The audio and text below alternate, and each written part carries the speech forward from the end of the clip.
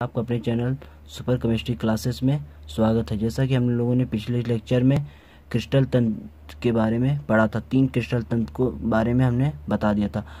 आज हम लोग चौथे क्रिस्टल तंत्र से शुरुआत करेंगे, तो आइए स्टार्ट करते हैं। चौथा हमारा क्रिस्टल तंत्र है एकनताक्ष तंत्र, जिसको इंग्लिश में मोनोक्लिनिक बोलते हैं। इसमें जो है तीनों किनारों की लंबाई जो होती है भिन्न भिन्न होती है, अर्थात ए, बी और सी ये तीनों जो है आपस में बराबर नहीं रहते हैं। और इसमें जो 2 कोण होते हैं अल्फा तथा गामा 90 अंश के होते हैं, परंतु जो तीसरा कोण होता है बीटा जो होता है यह 90 अंश का नहीं होता है। अर्थात अल्फा और गामा जो है 90 अंश के बराबर होते हैं, परंतु बीटा जो है 90 अंश के बराबर नहीं होता है। जो चौथा हमारा क्रिस्टल था मोनोक्लिनिक, इसमें जो है ए, बी और सी ये जो है तीनों आपस में बराबर नहीं रहते, और इसमें जो है अल्फ़ा का मान और जो है ये गामा का मान 90 अंश तो होता है, परंतु जो ये बीटा है यह 90 अंश का नहीं होता है। मोनोक्लिनिक के एग्जांपल है Na2SO4, जिसको हिंदी में सोडियम सल्फेट बोलते हैं। दूसरा एग्जांपल है CaSO4 × 2H2O, जिसको जिप्सम बोलते हैं। और एक और एग्जांपल है एकनताक्ष सल्फर। अब आइए हम लोग 5वें क्रिस्टल तंत्र के बारे में जानते हैं। हमारा 5वां क्रिस्टल तंत्र है त्रिनताक्ष, जिसको इंग्लिश में ट्राइक्लिनिक कहते हैं। इसमें जो होता है तीनों किनारे जो होते हैं आपस में भिन्न भिन्न होते हैं, अर्थात ए, बी और सी आपस में बराबर नहीं होते हैं। और इसमें जो कोण भी होते हैं आपस में भिन्न भिन्न होते हैं, अर्थात अल्फ़ा, बीटा और गामा जो है 90 अंश का नहीं होता है।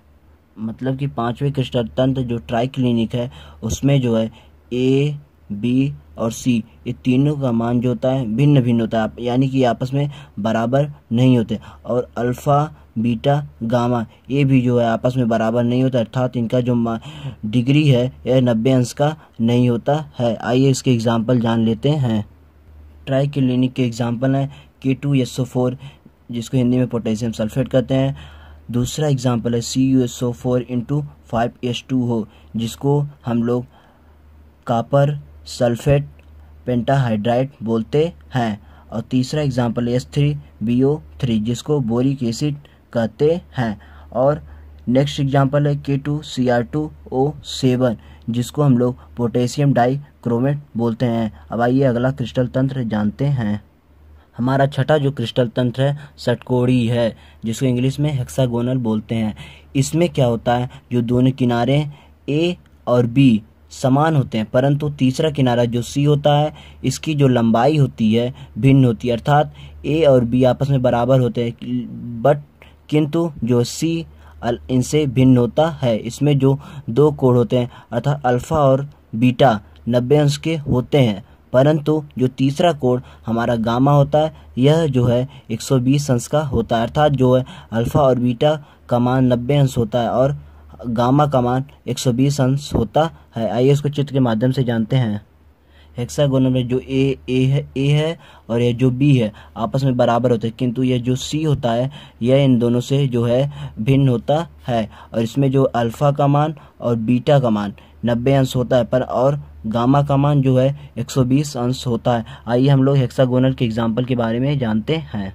हेक्सागोनल का जो एग्जाम्पल है ग्रेफाइट है, ZnO अर्थात जिंक ऑक्साइड है, PBl2 जिसको हिंदी में लीड डाई आयोडाइड बोलते हैं। और एक नेक्स्ट एग्जाम्पल है HGS, जिसको मर्क्यूरी सल्फाइड बोलते हैं। और बहुत सारे एग्जाम्पल जो है हेक्सागोनल के अंतर्गत आते हैं। आइए हम लोग अब 7वां एग्जाम्पल जो है जानते हैं। 7वां क्रिस्टल तंत्र है त्रिसमतनाक्ष या त्रिकोणीय, जिसको इंग्लिश में रोम्बोहेड्रल कहते हैं। इसमें तीनों किनारे समान लंबाई के होते हैं, अर्थात इसमें जो ए, बी और सी आपस में बराबर होते हैं, तथा इसमें जो तीनों कोण होते हैं ये भी समान होते हैं, परंतु 90 अंश के नहीं होते हैं। अर्थात अल्फ़ा, बीटा, गामा ये आपस में तीनों बराबर तो होते हैं, परंतु 90 अंश के नहीं होते। आइए चित्र के माध्यम से हम लोग जानते हैं।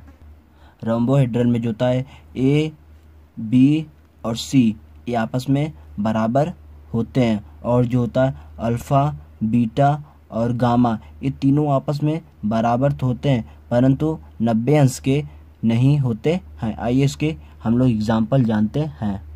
राम्बोहेड्रल का एग्जाम्पल है NaNO3, जिसको हिंदी में सोडियम नाइट्रेट कहते हैं। और नेक्स्ट एग्जाम्पल है CaCO3, जिसको हिंदी में कैल्शियम कार्बोनेट बोलते हैं। तो आज के लिए बस इतना ही। यदि दोस्तों आपको मेरा ये वीडियो पसंद आया होगा तो प्लीज़ इस वीडियो को लाइक करिएगा, अपने दोस्तों के साथ शेयर करिएगा एंड में हमारे चैनल को सब्सक्राइब करिएगा। धन्यवाद।